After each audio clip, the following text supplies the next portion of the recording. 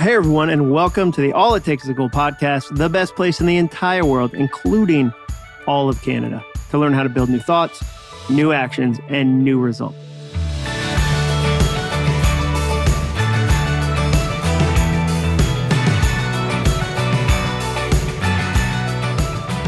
I'm your host, John Acuff, and today I'm joined by Courtney Hale. Who's that? I'm so glad you asked. Courtney Hale is the chief hope dealer of Super Money Kids, a social enterprise that designs experiences to improve the financial literacy of youth. Courtney has received several awards and recognitions, including being featured on the Ellen DeGeneres Show. That's pretty amazing. He was on the Ellen Show. Courtney and his team are pumped about their upcoming holiday bank drive. The purpose of the bank drive is to raise awareness to the importance of youth financial literacy by donating $5,000. They're going to donate $5,000 of their Super Money banks to young people across the country. I can't wait for you to hear this episode with Courtney. But first, today's episode is brought to you by me. If you want to accomplish more goals next year, you should use the calendar that I've been using for the last 11 years. It's called the Finish Calendar, and I love it for 7 very specific reasons. Number 1, the Finish Calendar is big and beautiful. It's 36 inches tall by 25 inches wide. This thing is massive. It gives you enough space to actually plan things each day. Number 2 reason that I love it, Finish Calendar is reversible. You've got a vertical side and a wide orientation side. That's like 2 calendars for the price of 1. Me, myself, I prefer vertical. But I also like that it comes in 2 versions, traditional paper and dry erase. Number 3 reason I love it, it makes time real. When someone says, hey, John, can you do that project in the next 6 weeks? That time feels fictional to me. 6 weeks from now, I can't even wrap my head around what will be going on then. I need to be able to see the whole year, not just talk about it. Number 4 reason I love it, it's a Monday-focused calendar, which means each week starts with Monday. A lot of calendars start the week with Sunday, but that's not how my head works. Monday is the first day of the week to me, and Sunday is the last. For example, I don't know anyone who plans their new week on Saturday night because Sunday is the first day of the week. Number 5 reason I love it, studies show that planning when and where that you're going to work on your goals doubles the chances you'll achieve them. Doubles it. That's amazing. This calendar makes that easier. Number 6, the Finish Calendar has 12 encouraging statements on it that I wrote to help slingshot you into a great month of dreaming and doing. And last but not least, reason number 7, it's not expensive. It costs less than $30. That's 8 cents a day. Name another productivity tool that you'll use every day for an entire year, and it only costs you 8 cents.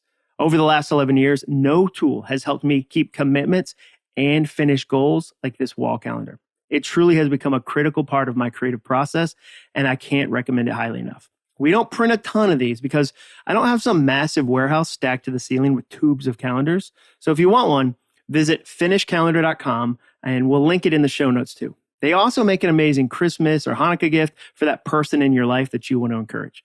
It comes in a tube, which, by the way, who doesn't like to open a tube? Tubes are way more exciting than boxes. That's just science. You're going to blow somebody's mind.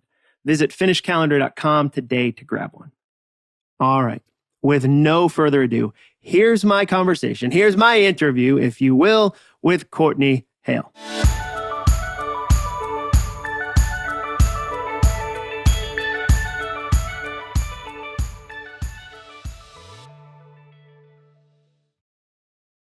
Courtney, I'm so excited that you're sitting down with me today. I think it's going to be a lot of fun. You and I have known each other for a few years at this point, but we just got to do a kind of Shark Tank experience together a few weeks ago with my brother, which was a lot of fun. Man, I appreciate you having me.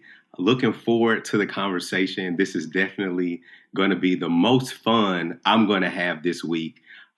Second only to this 7th birthday party that we have coming up this Saturday. Oh, so that's for your daughter, I'm assuming? It'd be weird if it's just some random kid. Okay, it's your daughter. That makes more sense that you would be celebrating her than like somebody down the street. I was the host of kind of a entrepreneurial Shark Tank pitch contest. You were one of the judges. When you're looking for a good idea for somebody to develop, you're an entrepreneur, you've got an entrepreneur mindset.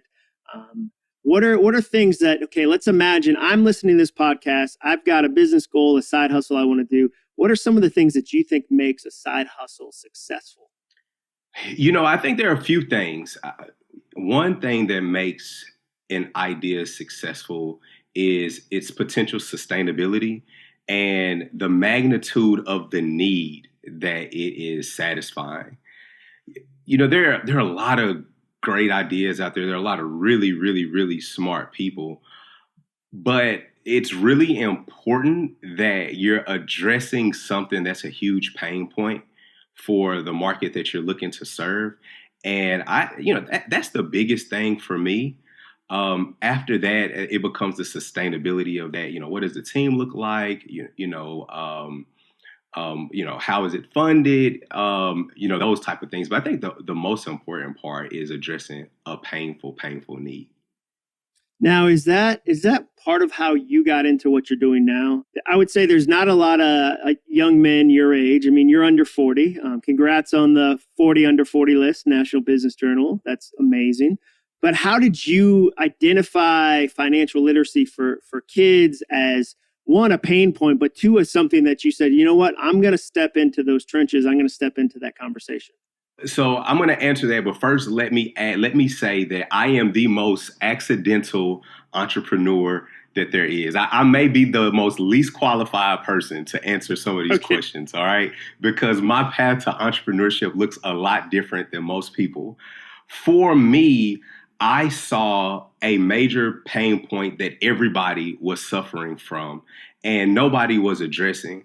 But I didn't look at it from a business perspective. I really looked at it from a let's do right by the community, let's do right by our children to build a better future. And to be perfectly honest, it took me some years before I actually built a company that had sustainability, right? That I could actually make a living from. When we first started, at the time, we, were primarily recognized by Knowledge Bank, which is our nonprofit organization. We started summer programs.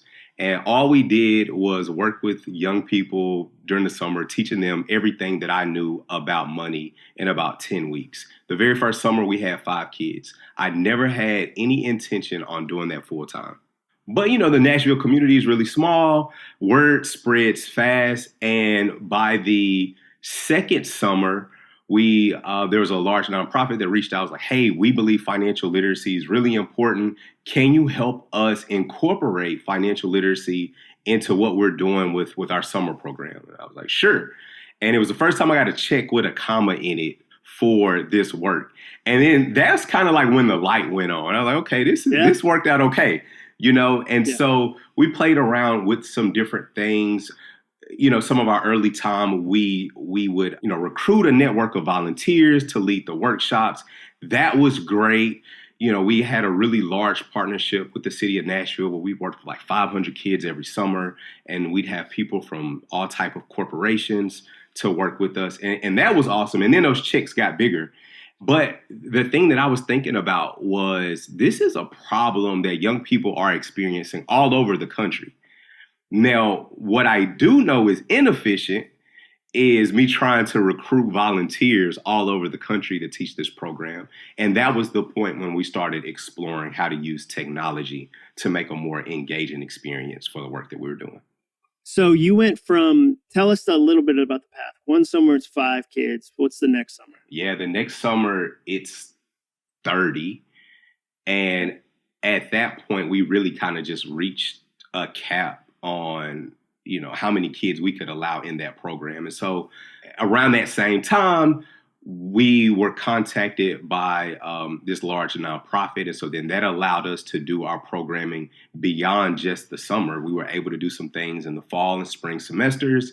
And I'm still working a full-time job at this time. The next year, we added another nonprofit partner. We continued our summer program.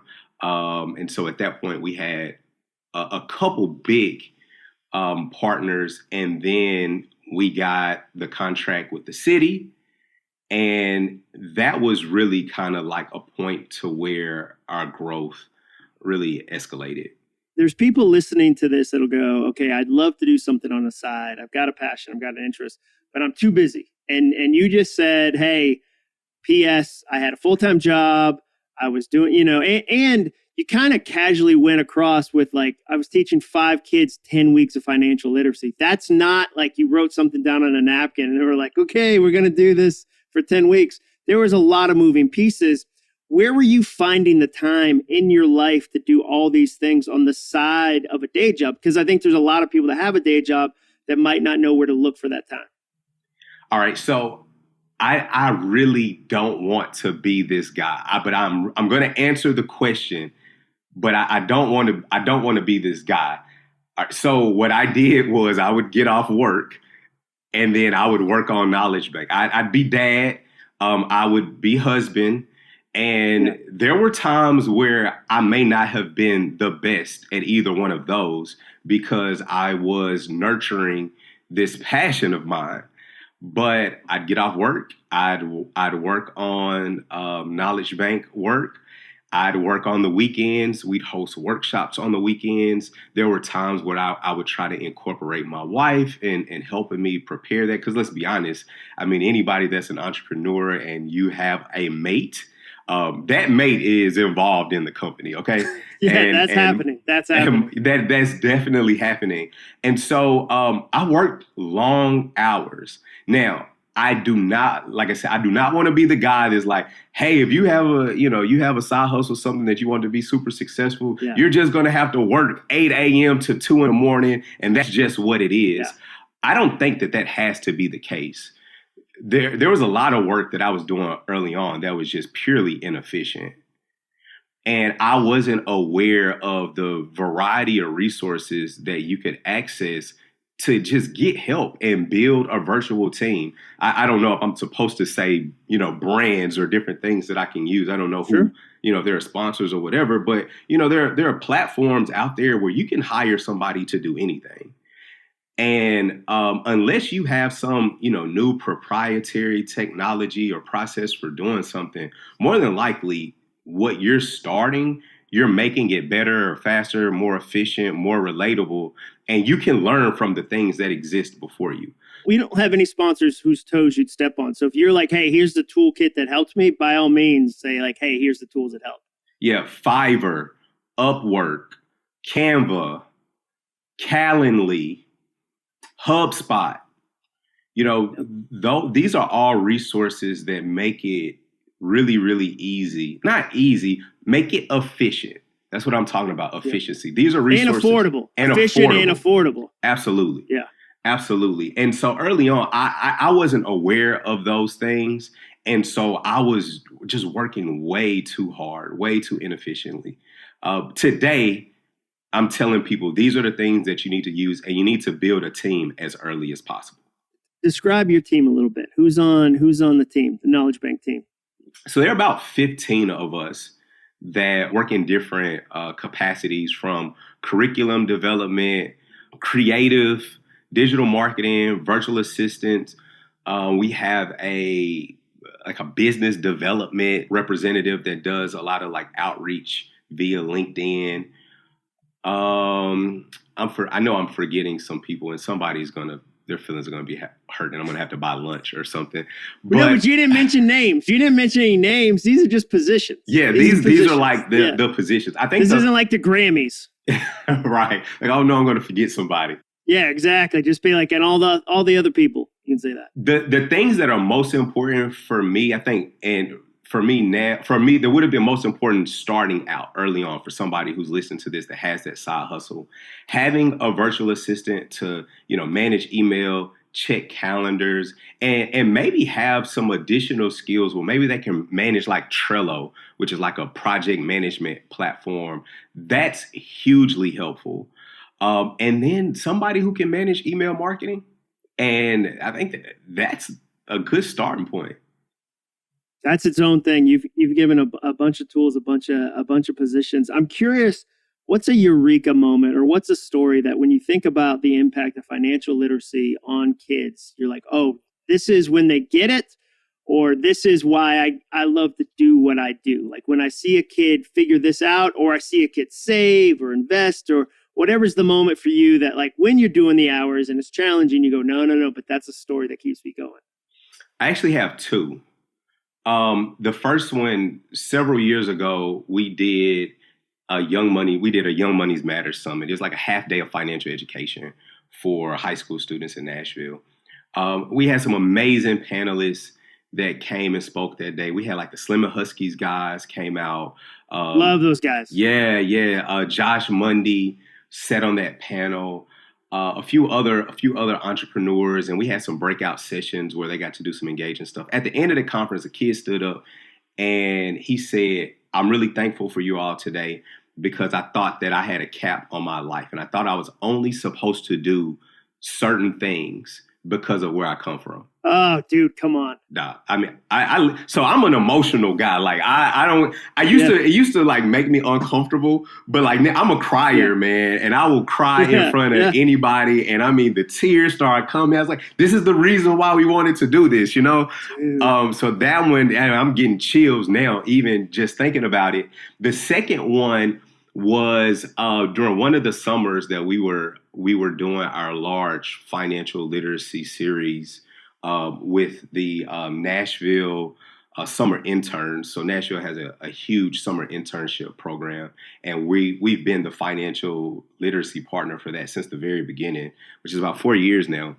One of the things about our brand is we have a really modern approach to teaching kids about money, and that it's not so much about the habit. It's like, oh, I need to, do my budget every month. I need to make sure I pay my bills on time. It's not about the empty habit. It's about the thing that you can accomplish if you do those things right.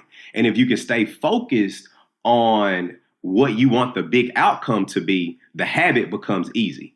Because empty habits, we'll get tired of it and we'll quit. It's just human nature, okay?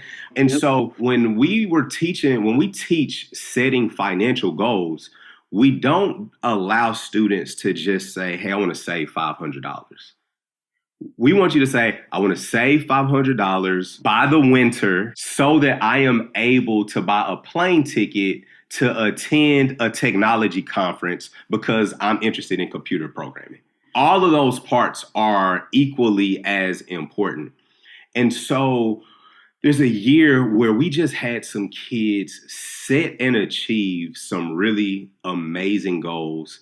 And one student, she saved $700 to pay a retainer or to hire an immigration attorney for her mom because they were going through some things. And she was able to save that money to hire that immigration attorney for her mom. And again, this is why we do the work. There are things that we want to be in life. There are places that we want to go, things that we want to learn. And a lot of times money is a barrier for us being able to achieve those things. Like, I'm from North Nashville. I ain't grow up, I didn't grow up with a lot of money at all. Like, I had some really interesting experiences growing up and kind of what. So, I like that you use the word interesting because that can mean a lot of things. Sometimes seeing a movie is interesting. Sometimes growing up in North Nashville, also interesting. Well, there may be a point or somebody who may have said that it was terrible. And I was like, well, it's not terrible now because I think some of those experiences gave me what I needed to be who I am now. So I don't want to describe it that way. And I also don't want to say that it was awesome because, there's something about, 3 crack houses being around the corner. There's something that's just not really awesome about that. Okay. And so I'd say interesting. Yeah. There's no way to describe that as awesome. Yeah. No way to describe it as awesome. So how do you go from that situation? So you're in North Nashville. You end up getting an MBA, you end up on Ellen. Like, what's the path like? Were you a goal-oriented kid? Were you, when you were young, when you were in high school, where you're like, hey, I'm going to set my sights in different places? Was it that somebody came alongside you and said, hey, Courtney, here's how big your world can be? What were some of the steps along the way? Because not every kid from North Nashville ends up in the same place. More do now that you're doing your work. More do now that Slim and Huskies are pouring into the community. Like, more do now that Corner to Corner doing what they do. But how is your journey different than some other kids?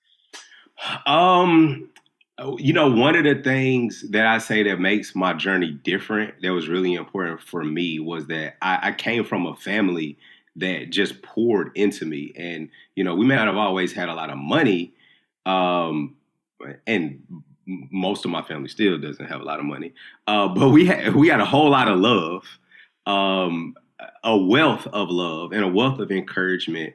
And my family always told me that, I was capable of doing anything. And I never lacked confidence in my ability to do something. I've had a lot of uncertainty, like I don't know where this is going. And I still have some, to be honest. Yeah. But, when at home you receive that type of love and support, when you go out into the world, you believe you can do it. So when we started doing the financial literacy stuff, and I was working a lot, and I worked in corporate finance for a large healthcare company. And so I had a really demanding job. And so I was working a lot there and then doing this thing at home. I've always seemed to have like mentors or people who supported me to point me into the directions of resources like the Entrepreneur Center here. Meeting Will was a really helpful and just having people around who share a passion for what you do is also helpful. And so it's just like never stopping, constantly looking for a way to improve. There's a little, I don't know, caricature or cartoon I can remember seeing on Instagram. It's like a guy mining for a diamond, and then he turns his back because he wants to quit. And then, they show you the other side of where he's digging. And he's like really close to the diamond, but he quit too early. And so just recognizing that, this work was needed and not giving up, just being persistent and resourceful and always just figuring out ways to recreate the work that we were doing. And that's how we went from being recognized as the Knowledge Bank brand to Super Money Kids, becoming the brand that we're, now most known for. Super Money Kids has only been around for about 2 years. The first summer program that I hosted I think it was in 2012. So I've been doing this work for a long time. But, when you find something that catches fire that people want, and this is another lesson in entrepreneurship, you start doing something and people are supporting it and people love it, and you've achieved sales way greater than anything you've ever done. It doesn't matter if you love everything that you've done more. You start putting resources into that thing that's popping. And when we rolled out Super Money Kids, it was like popping immediately. Like people loved it and people wanted banks. I remember having a prototype of the bank, and at a coffee shop, a little kid walks by, starts throwing a fit. The family comes back and they were like, "What is that?" Because he wants it. The kid didn't even know what it was, but he wanted it because of how it looked. And that was a really early indicator for me that we were onto something.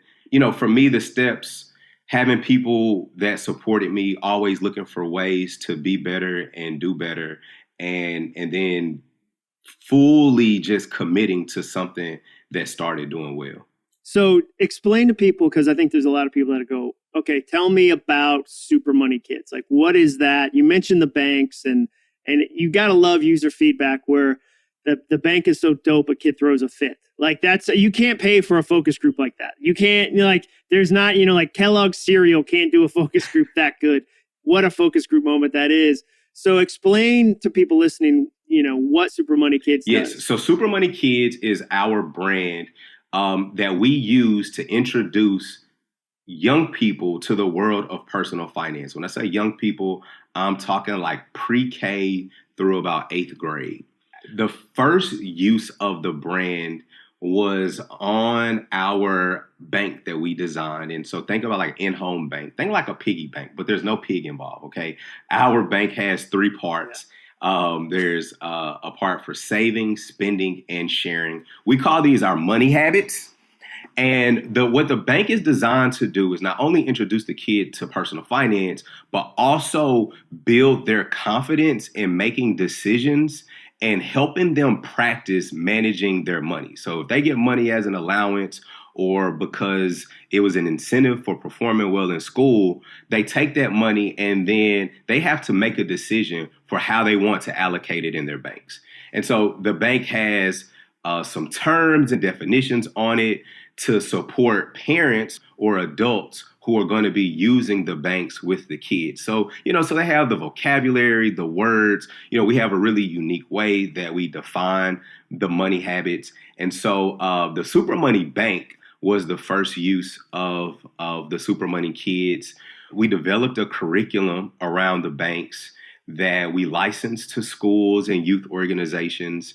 It's 6 lessons, about 30 to 35 minutes each. It's digital. We're actually about to roll that out to families really, really soon, like in the next couple weeks. So we're really, really happy about that.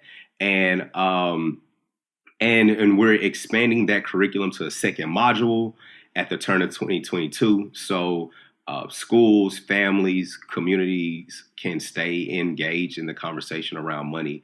And so yeah, that's what the brand is. How many banks are out there right now? Like, how many banks are in the world right now? Oh man, we are definitely around the 5,000 mark, and we have another. I mean, we have I think we're going to talk about the holiday bank drive really, really soon in this conversation. And so that's going to be another 5,000. And who knows what we're going to be doing during the holiday season. So holiday bank drive, let's jump into that. So you've got this big kind of momentous thing you guys are pulling together as a brand, as a team, to get those banks all across the country. What's the mission of that? Yeah, so the holidays are a time where we're around family and friends. We are around our loved ones. We're catching up. We're, loving on one another. And it creates a really unique time of the year where we can also have meaningful conversations. And one of the conversations that need to be had in our families is about money. We need to start learning from one another, learning from the mistakes as well as the successes of those that have come before us.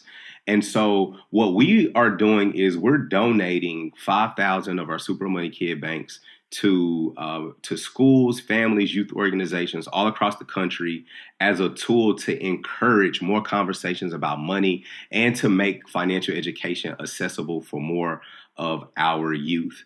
Obviously the bank is for kids, but it just opens up a world to all types of conversations. You can go from talking about money habits, save, spend, and share, to finding out whether or not grandma has a will, and it doesn't take very long. It doesn't take very long for that conversation to come about. And so that's what we're doing. And we know people do turkey drives and coat drives and toy drives, during this same time of year. And with our passion for financial literacy, we decided to do a bank drive 2 years ago. And we definitely had a much smaller goal then. And so that's increased dramatically this year. But we have a bank drive. And so we want families all over the place to talk about money. I love it. And speaking of family, I think that's one of the things that's so fascinating about getting to know you is the shape of your family, your individual family. It's you and your daughter. You're crazy about your daughter. You started by talking about the 7th birthday. And your family took a different shape over the last few years. You mentioned your wife was part of the early kind of since 2012, hustling together, working on things. Talk about the transition of being a single dad and what that's been like for you. Because I think there's a lot of single parents that listen to this podcast that might have a similar story or, want some encouragement to know, okay, you can be a single parent. You can work on things you care about. You can balance all these crazy pieces. But tell us a little about that journey for you. Yes. So, the part of entrepreneurship that rarely gets talked about is how your personal life can impact your business. And when my daughter was born, it was obviously one of the most happiest days of my life. But in that same week, we found out that my wife had a form of heart disease. That was 7 years ago. And she struggled, through that for, I'm not going to say struggle, because to be perfectly honest, she really kicked ass for those 7 years. She did some things that were just unimaginable for me and her doctors with the severity of her heart condition. And she slayed. She was, beautiful, heels, dressed our daughter up. So I definitely don't want to say struggle, but nonetheless, she had a heart condition, and she was called home. Her work here on Earth was done, and so she passed May 18th of 2020. So a year ago, so about a year and a half ago.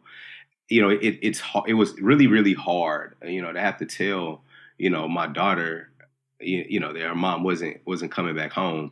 And I had a lot of thoughts at that time, as you can imagine, a lot of thoughts, a lot of emotions. And our lives are changed, forever in that moment. I'm really thankful for the community of friends and family that I have who stayed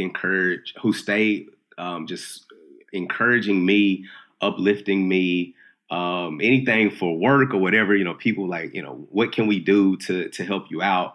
But I was thrust into this role that I never imagined myself in. And entrepreneurship is hard, but being a single parent that's an entrepreneur is insanely difficult. I really think that when you're passionate about something, you can't really quit. I mean, you can, but you don't really want to. And I thought about doing something different. I don't know what that would have been, but I definitely thought about it. I thought about, should I go back to corporate? And that thought was really short, because I feel like I'm the most unemployable person that there is out there. So that idea just quickly went out the window. But I think when you're in a position to where it seems like you're struggling personally and you're unsure on how to move forward from a professional perspective, it's even more important to surround yourself with the people who are going to pour into you. And sometimes it may not be family, and it may not be your best friend. It may just be that person that you see at, I don't know, where at the co-working space you work in, who's just super uplifting and positive, and you don't really know them well, but they always have kind words for you. It's even more important to put yourself there, so that you can stay uplifted. And then you're going to be forced to start thinking more efficiently. I had to start thinking about who could do some of these tasks that I was doing. What can I, contract out? I also think those situations, even for me, losing my wife, I started thinking about, what do I need to be doing to take better care of myself? Obviously, for me, that involved going to therapy, which is something that I encourage. We all deal with a variety of things that we carry from previous generations. Maybe it's trauma from our childhood, maybe it's recent trauma. And I believe therapy is really important. Meditation, whatever you do to nurture your spirit, you need to make that routine. Eat better, take better, like love on yourself more than you have before. Because without you, there's no great idea. There's no amazing business, right? There's no opportunity. So, one of the things I tell people all the time is like, you're your first investment. And so you got to take care of it. And when you experience some type of trauma, it becomes even more important. And that's what I've been doing, taking better care of myself, working more efficiently, appreciating the things that have absolutely nothing to do with work, because our time here is limited. Even when you're young and you're healthy and you seem like you've done all the right things, when you're a good person, tomorrow still isn't promised. And I took my wife. My wife had a heart transplant in 2019 and was doing really, really well, had shown virtually no signs of rejection. Fast forward about a year, she was experiencing some back pain on a random Saturday. We were cleaning out the garage. this woman who, had this heart transplant. We were cleaning out a garage, and she was like, my back hurts. I was like, all right, let's go get it checked out. This is on a Saturday, and we go to the hospital, and my wife passed about noon on Monday morning. So we went from having, no idea she wasn't sick. She was doing great, actually.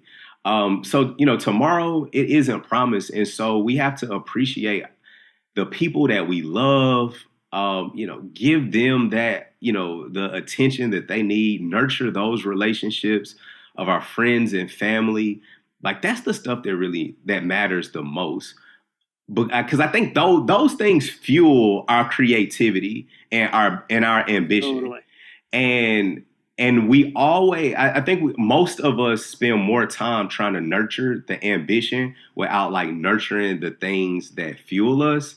And they're both important. And so, that's kind of how we've gotten through this time, is just taking care of ourselves and just loving more and loving harder. I love that story. And I love that there seems to be a common thread. You mentioned at the beginning of the conversation, not having empty habits. Like $500 doesn't mean anything. $500, save more, whatever, that's an empty habit. But so is an ambition that's not fueled the right way. Like and a bit, over investing in the ambition and without going, okay, well, here's the fuel, here's the relationships. I love that. That seems to be a common theme in your life that you're really deliberate about. To that point, are there things you do every day that you're like, this is how Courtney stays in the zone? Like, for me to be in the zone, like, because some people say, I got a 37-step morning routine. Other people go like, I leave the phone in the kitchen at night. Like, if we looked at the Courtney Hale kind of toolkit of being, leveling up, living a more high-performing life, what are some of the things you try to do on a regular basis? Maybe not every day, but on a more regular basis. Yeah, I'm super simple. Okay, I'm super simple, and I like to say that I'm super regular as well. And that's important for me to say, because I don't know. I think we have these ideas of what successful people have to look like. Yeah. But for me, I do have a few things that are really important.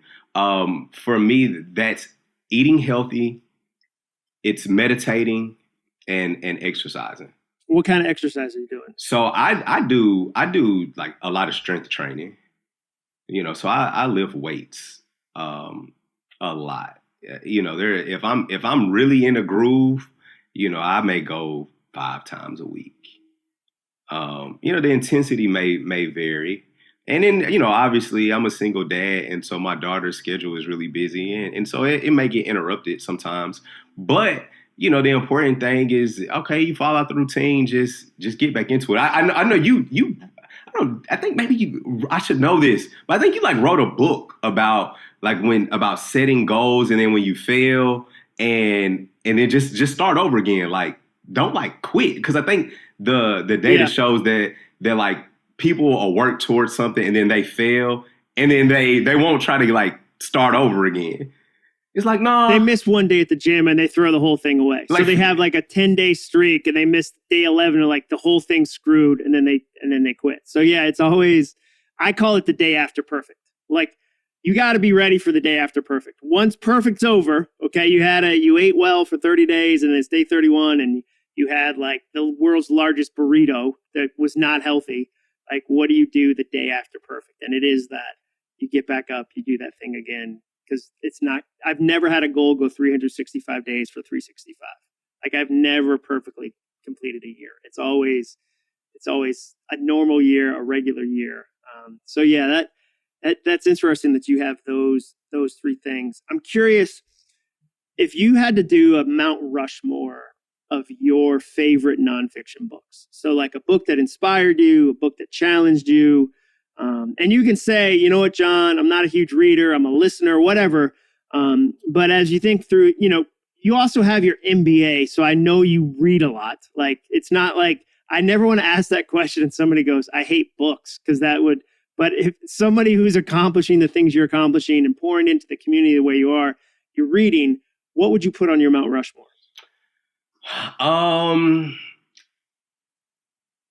Malcolm Gladwell. I really like Malcolm Gladwell. I could just say all Malcolm Gladwell books. But Sure. I would go the David and Goliath book, and then I also really like Outliers. Those are two good ones. You can have just two gigantic. No. There's another one that I really like. I think it's the Four Spiritual Laws of Prosperity. Is one that I really, really like. The Richest Man in Babylon is oh yeah, that one's super successful. Is another one. That would probably be my Mount Rushmore. We're gonna like stop recording, and I'm gonna look back at my phone. I'm like, oh, I should have told him. I know, dude. As soon as we hang up, you're gonna have like 50 books that you just. That's why I have all these books behind me. You can't see it, but like I can just turn my head and I look extra smart, and I can just read books off the shelf. Like, because otherwise, you're like, as soon as somebody asks that question, it's so easy for us to go. I just, the Bible, the New Testament, like the other, like Joel, the book of Joel, like you freeze up. So I don't mean to put you on the spot. I'm just always curious because I think a lot of the people who, if you're going to listen to a podcast about goals, more than likely you're somebody who's like, okay, I'm going to read a book. I'm going to do that. So 2 last questions. One, I would be amiss if I didn't ask about being on the Ellen Show. So how does that happen? What is that like? I saw the photo of you sitting there with your daughter and Twitch. Twitch was guest hosting. But what was that? How do you find out you're going to be on it? Is it like they text you? Like, walk us through that experience, because that's an experience. For as much as you say you're regular, you're still on the Ellen Show. It's pretty unexpected. So completely unexpected situation. I am. I think at the time I'm in Austin, Texas. Actually, I'm not even home. I'm in Austin, Texas, and I'm doing some. What am I doing there? I think I'm just in Austin, just hanging out. Actually, I don't think I was there for work or anything. So it's a weekend of fun, or a week of fun. I get a DM, Instagram direct message, and it says something about, hey, like, reaching out to see if you're interested in Ellen, and you get a bunch of spam on Instagram, and I was just like, what is this? I didn't take it seriously. Got another DM so I got one DM to the Super Money Kids page. Got another DM that came to my personal page, and I had another DM that went to my daughter. My daughter's name is Ever, and they went to my daughter's Instagram page, and I was like, now that doesn't happen. Okay, so let me stop what I'm doing. Let me read this a little bit further. And some of the producers from the show reached out. They had saw some videos that my daughter and I had did around the banks and teaching kids about money. They thought it was super awesome. A lot of the work that we do is in, most of the kids that we serve are, probably 95% of them come from communities of color. And so we put a huge emphasis on that work. And so they wanted us to be on their Juneteenth show. So Juneteenth is a holiday that is basically about, it was post-Emancipation Proclamation, but there were still, people who were enslaved in Texas. And it was when the message that they had been freed actually reached like Galveston, Texas. And so it's a holiday that's recognized. Ellen did a Juneteenth show. The work that we did aligns with a lot of the values of the holiday. So they asked us to be on that show. But when they reached out, it was a really fast turnaround. So they're like, hey, we want to talk to you and your daughter. And so this gets a little tricky because I'm in Texas at the time. She's in Nashville with her grandparents. And then they wanted to talk that night, so it wasn't like, hey, can we set up something a couple of weeks? They wanted to talk that night. So I immediately. Wait, did they want you to go to LA that night or phone? This is just, when you say this talk? Is like a pre-screening. So they're still trying to decide if we're like, if you're weird. Exactly. Exactly. Yeah. And so, this is the weird test. So this is like the interview. And so I call home and I tell, my mother-in-law, like, hey, get Ever ready, like in a few hours. some people from, Ellen, they think they may want to have us on the show. So then there's like this awkward pause because my mother like, Ellen, like, I'm like, yeah, we can talk about that part later. Let's just get ever ready so we can do this. And so we did that. Yeah. We did the interview. It went great. My daughter's a big personality. She's a really happy kid. And so she was super fun. And at the end of that, the producers are getting ready to get off of the call. And Ever's like, so did I do good enough to get on the show or what? So she like really puts them on the spot. That? Yeah, she's like, did I do good enough to get on the show or what? And so, it was super awkward for them. And they said, they were, man, it was so sweet. They were like, Ever, you're fantastic. And I want you to know that in everything that you do, but we have to figure out, if it's going to be a fit. So this isn't a guarantee. We have to figure out how to make it work. So it was fine. About 2 weeks goes by. I kind of like forgot about it. Things were like so crazy. 2 weeks goes by. They call and they're like, hey, we wanted to do another call with our producer. Are you available? Like, immediately again, right? And I was like, yeah, of course we are. So we do that again to talk to another producer. And then they're like, hey, we want you guys to come out and record for the show.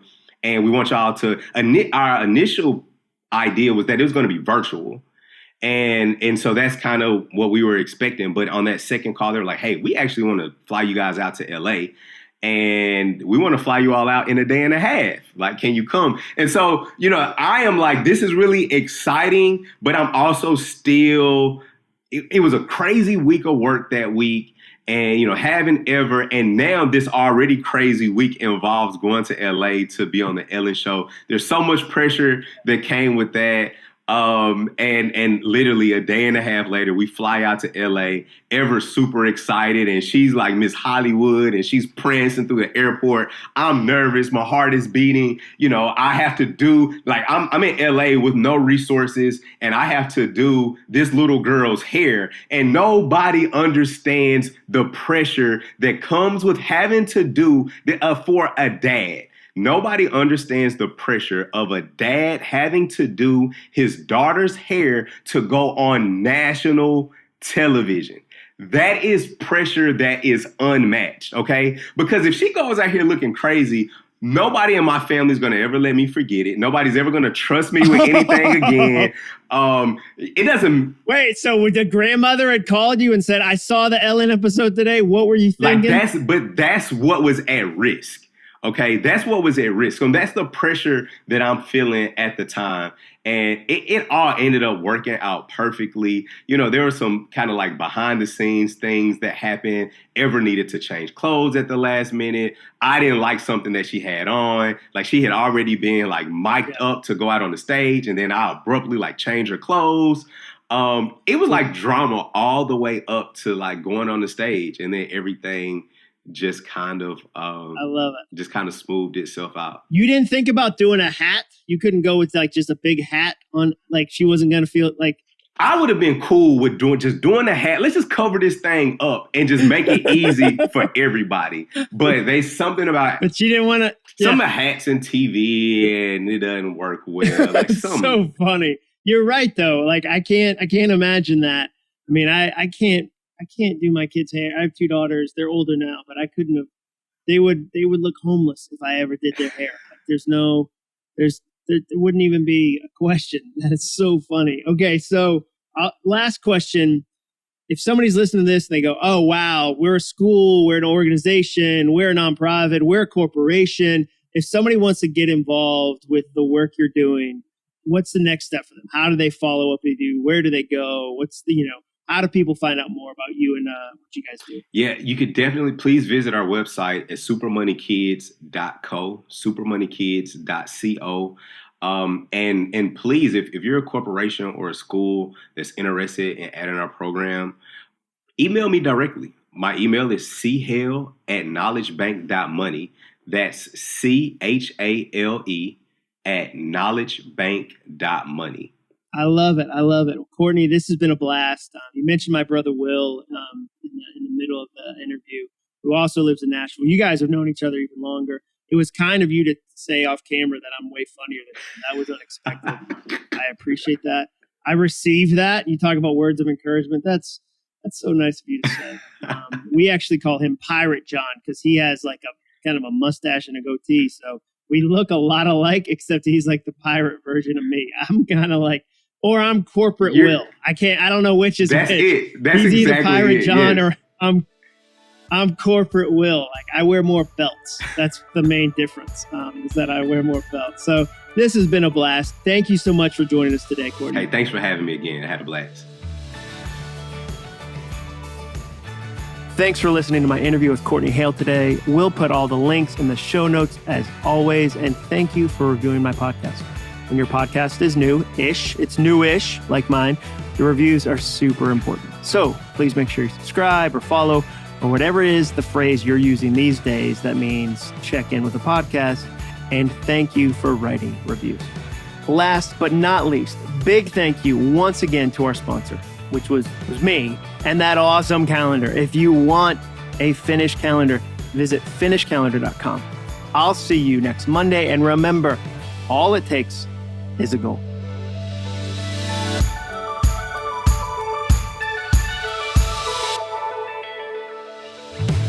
Thanks for listening.